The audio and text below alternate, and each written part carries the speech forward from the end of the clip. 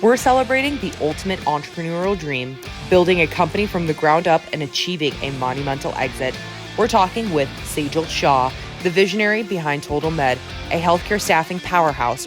Sejal's journey from co-founder in 2005 to leading a thriving enterprise is a testament to the power of vision, hard work, and a dedicated team. Join us as we delve into Sejal's incredible story, his insights on building a successful business, and what it takes to achieve a life-changing exit. This is Sejal Shah, and this is The Disruptors. Sejal, just for purposes of for people who obviously know you and so on and so forth, you started a business. Can you just kind of go through a little history? You're out of college with your college roommate and so on and so forth. Can you just go through a little history of TotalMed and how you guys got all started with all that stuff? Because I think it's actually a pretty fascinating story. Sure. I mean, I got a job in Oshkosh, Wisconsin, at a company called Miles Kimball, and I was managing their entire database marketing and e-commerce division. And while I was out there, because I went to school at Ripon College, which is like 20 minutes away, a lot of the guys that I went to school with were there. So pretty much I was hanging out with them all the time. And one of the guys that I was hanging out with was Jason Beck.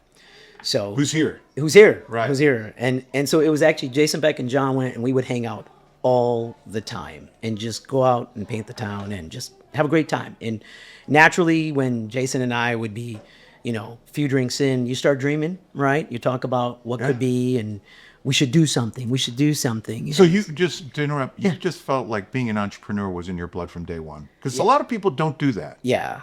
If you ask my parents, my family, They were scared, weren't they? they're scared. They did not like the fact that they think sales was one of the most what's the word?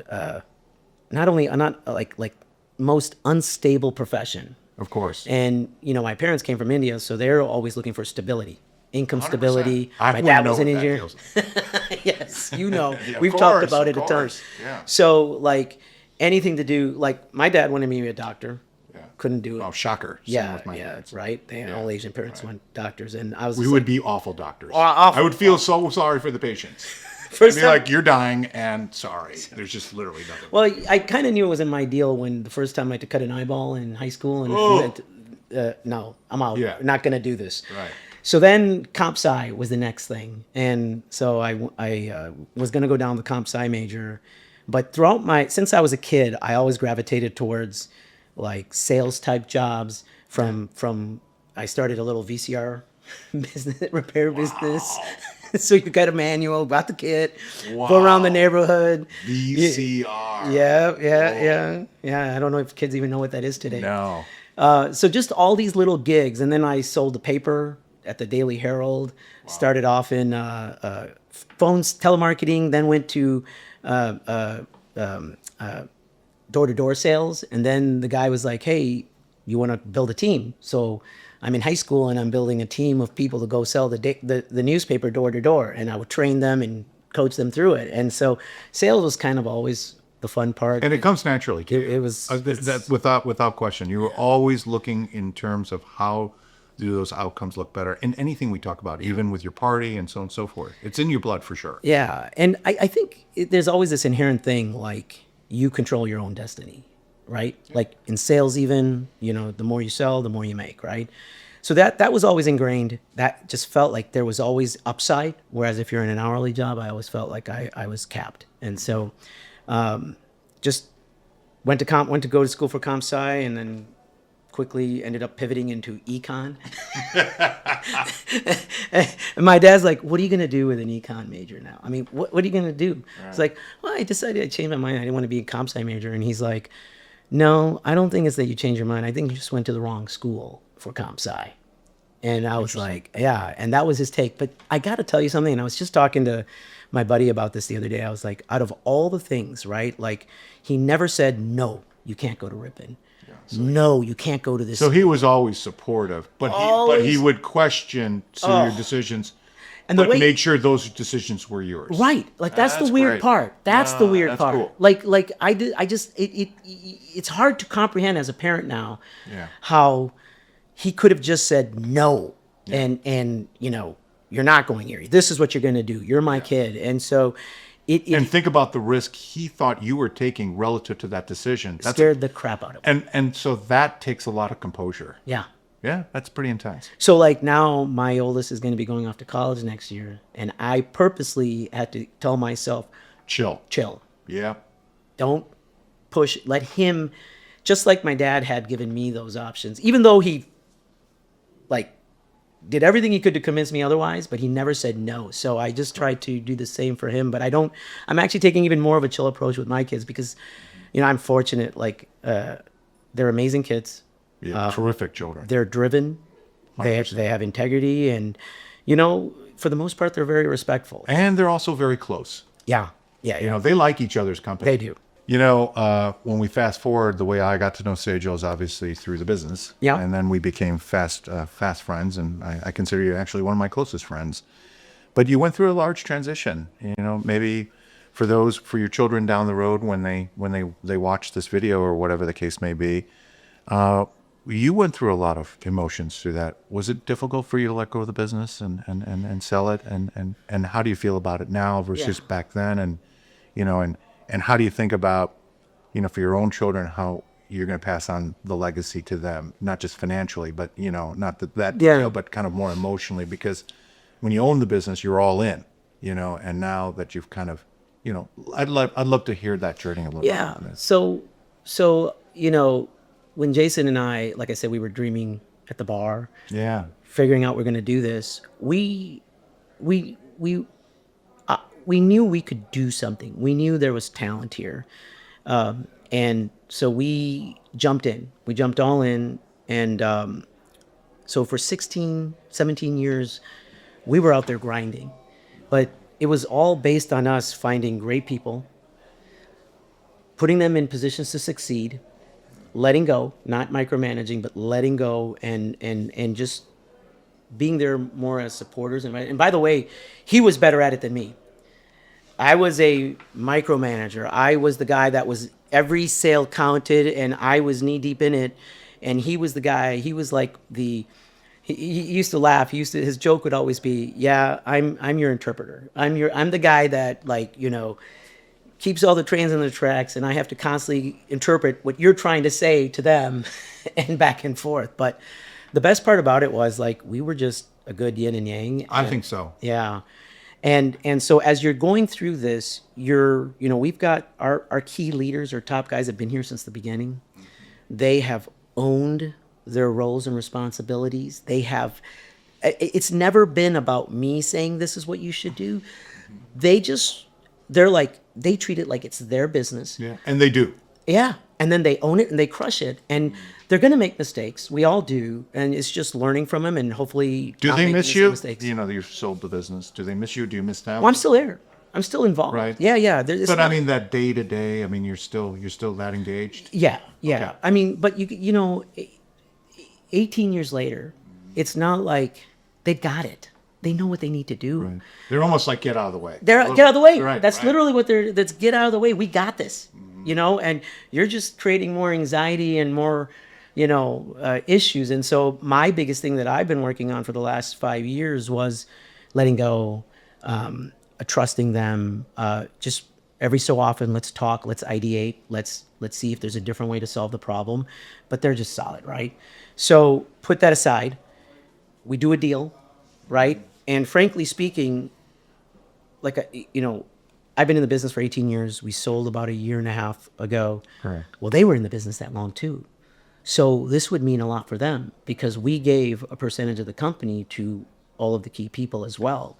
So for them, this is a big moment as well. Correct. And so, And I've seen some of their lives change too. I mean, New homes, things like that. New cars. It's just Cool. It's You've changed lives. You all changed each other's lives. Yes. Yeah. And you can feel that at this party because it's not a celebration of just you. It's a celebration of the partnership and friendship that you guys have had over the years. I feel it for sure. And I'm very blessed to be part of it.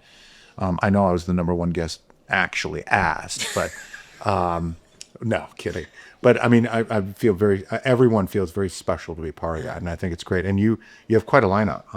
We we did something upstairs in the poodle room, and I thought everyone just had a fabulous time. I thought it was amazing. Blow away They were blown room, wasn't it? It's really cool. And then, so Sage, you guys had this idea, right? And you said, we got to do something. And that something was TotalMed. Yeah.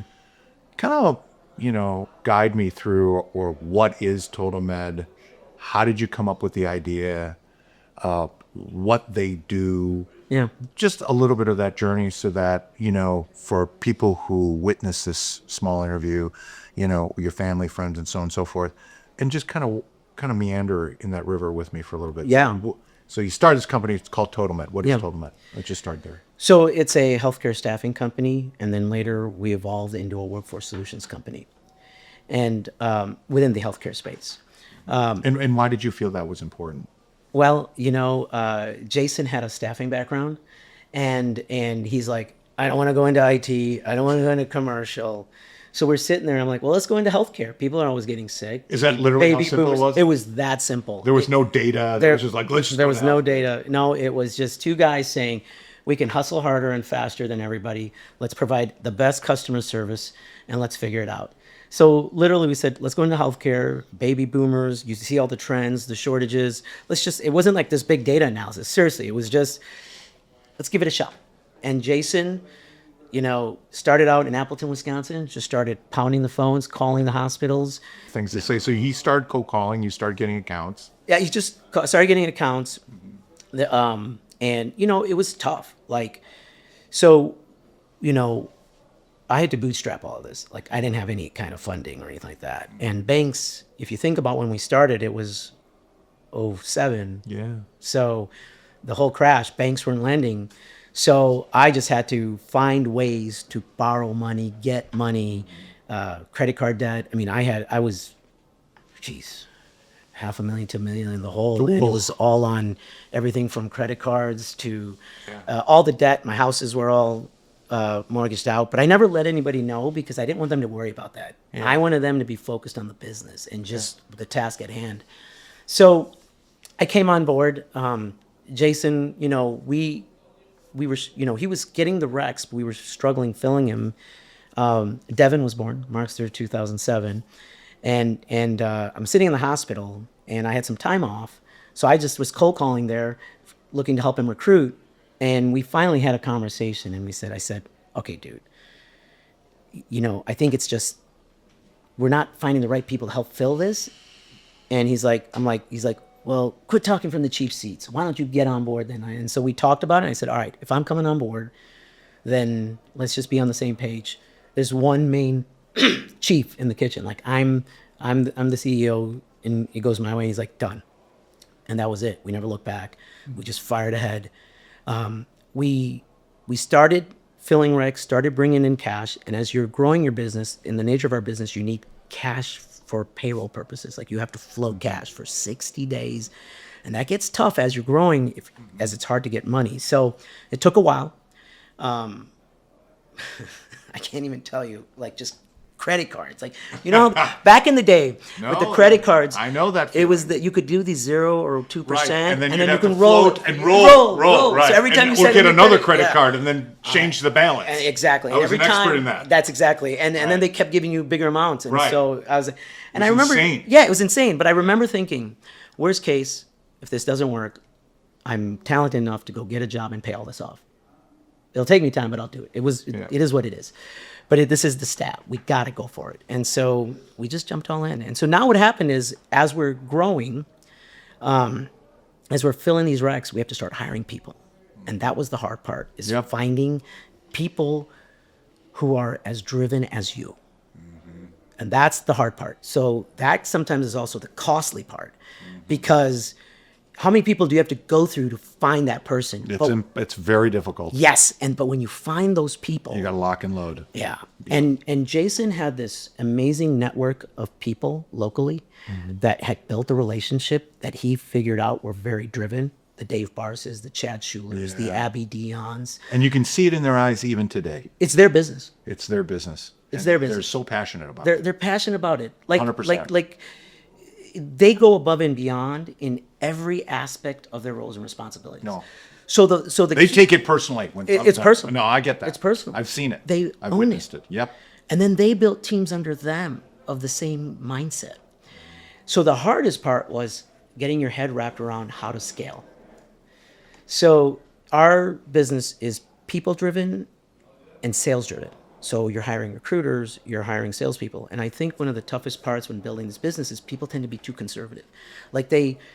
So for every, you hire a recruiter and then they produce and then you go hire another one.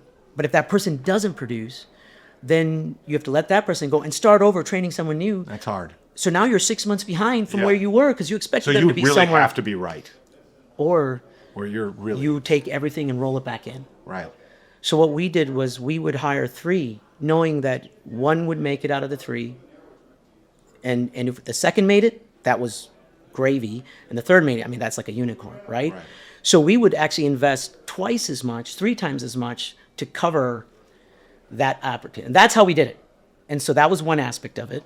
We scaled, so we kept rolling everything back. We didn't soak anything in. We were making nothing for the first 5+ years. You know what I mean? Almost 7 to 10 years, maybe even. And then as that started happening and we started scaling and we started growing, we started realizing that, okay, now we have to also introduce new business lines to create more diversification within the healthcare space. Can't put all your eggs in one basket of the nursing. And a lot of people were giving us advice like, no, just be ultra focused. But we just realized that we had the ability now to keep building talent that is so driven and successful that we can start adding these new business lines. And Kind of create a flywheel. right. So what ends up happening is like you've got this growth curve on one business product line, then I bring in another one, and as that starts to take off, then it starts to compound, right? It's really cool. And then in 2017, we were right around I think it was right around the 100 million mark, and we did an acquisition for a tech company. There was this amazing guy, his name was Steve Swan, and he had built this small, like $15 million company, but he was an IT developer guy, just a genius, an IT genius guy who, as he was starting a nurse staffing company, started going, wait a minute, this is so manual. Why am I doing this? So naturally, he would build solutions, tech solutions to automate that stuff. I saw him do more in 1 year than I couldn't find in the rest of the industry. So I said, hey man, let's join forces. So he graciously said, let's do it. I said, let's take your tech and apply it to a bigger platform. And can 1 + 1 = 3? And could that net you more money? And so he was bought into the vision, jumped on. He's here. So, Yeah, great. I saw him last night. It's awesome. Yeah, and that was it. And so Then the unfortunate issue, the pandemic hit, yeah, and which was explosive for your business. it was. Actually. Yeah. But the bigger question I had was, were you ready for it? I mean, because you went from X to Y very quickly. Yeah. And I always wondered in the back of my mind, how does a company like that just handle that type of explosive growth? And was there anxiety over that? Because I never asked you that question, but that's something that was always in the back of my mind. Like, it's one thing to say, okay, this is happening, but did you have a kind of like the business vertebra to handle all that excess demand? Well, you never really do. You know what I mean? Like, you can never prepare for or expect something like that or how to handle it. But it's a testament to the people that we had. You know what I mean? Because they seized the opportunity. So everybody was burning it on both ends. Everybody was jumping on board, doing whatever they needed to do. And we just kept hiring like no other. It was just, I mean, we were bringing on. And I feel like that's kind of permanently changed the business, that post COVID, like on how you approach things, because you had to do things so fast. Yeah. Oh, yeah. Well, it was interesting. So we made that major tech investment in from 2017 to 2020. So as the tech was getting, built, adopted, trained on, enhanced, then this happened. It was almost like the perfect, timing, because now we're scaling and now we have the tech to support the scale. And that was a material advantage to you. Material advantage. Without question. I remember that. Yeah, it was. And so that is how we were able to grow the business then another 5x, because it was. I mean, think about it, 5x later. Yeah. That's crazy. Yeah. But all all because of the investments into people, the technology, the processes, but everything comes down to people. It's their commitment to winning, their commitment to success that makes all of this happen. And so we're just fortunate. And alongside this, I've had a supportive family, all the friends. These are my childhood buddies, my neighborhood buddies, my college buddies. I am who I am because of them, my family and all of them, because they influenced my journey to becoming who I am, my personality, my not so funny jokes. Do you ever think you have it in you? Because, you go from 50, it's kind of a milestone. When you think in terms of when you're 60 or 70, do you think you'll ever start another business again? And then let me follow up with another question. Not only would you start another business again, would you think about doing something with your family, with your kids when they get out? Well, that's something that's on the brain. Well, if they want to. So if my kids want to do something, are you encouraging it? Absolutely. Yeah. But I'm not pushing it. No. I'm supporting. But you're there. So, I'm there. Hey, look, if you wanted, but because I notice your kids do talk about becoming entrepreneurs. Yes. Yeah. A lot. Yeah. So I think that chapter could be a lot of fun, and then you can kind of walk them through that. Yeah. How involved would you be? However involved they want me. Yeah. So it's interesting. I'm a big believer in karma and pay it forward, and so I do have a bunch of other peers that I love to help. Sometimes some of them ask, "Hey, do you want to be on the board?" Or I'm like, no, I don't want to be on the board. I just if you need help, I'll help you. I don't want any expectations. I do it on my own. I just want to do it on my own timetable, but that's fun. Sage, I just want to let you know that it's been a real pleasure getting to know you as a person. Everything you say is very authentic. It's very true. I think personally, knock on wood, the best is yet to come for you. Yeah. I'm really excited about your journey, and I'm excited about sharing it with you. And I think you have just an amazing family. You have amazing friends. I was very happy to be included and invited here. But on a more serious tone, I just think the stage is really now set for you for the next 5 to 10 years, 20 years, whatever the case may be, for some really cool things to happen. And I think what's great about your personality and the way you think about things is the upside is completely unlimited. Yeah. And you allow that journey to kind of just happen for you. So once again, happy birthday. Nice. My next project is TurboTech. And oh yeah, Total Tech. And Brock Bauer is spearheading that, and he's just crushing it. Correct. And he's just, it's like great. You're just never going to end being an entrepreneur. No, but I don't have to be in the day-to-day grind now. Correct. I mean, you find the right people and they own it and run with it, then all you're doing is just providing support whenever they need it. So well, for another chapter, for another day. Yeah. But best of luck to everything. And tonight we're going to just have a wonderful time. And again, happy birthday, man. Thanks, man. Appreciate it. All right.